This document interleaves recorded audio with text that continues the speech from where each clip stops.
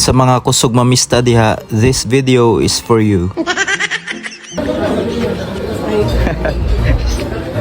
Mr. Asad.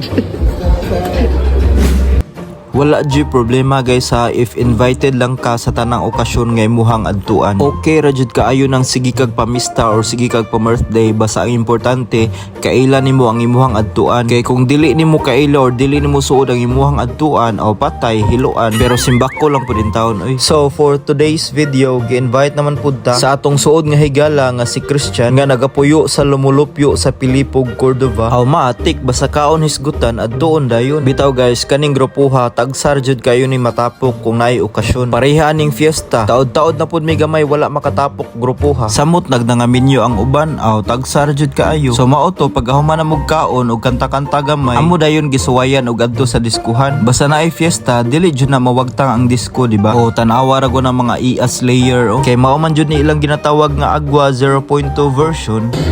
Agua ba agua?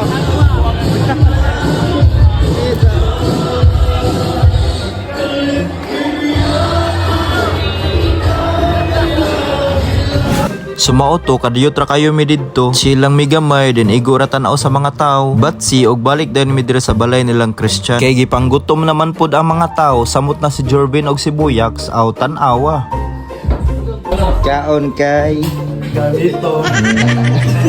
So mao to pag human og kaon, balik na pug tagay aw tagbalay Christian patay.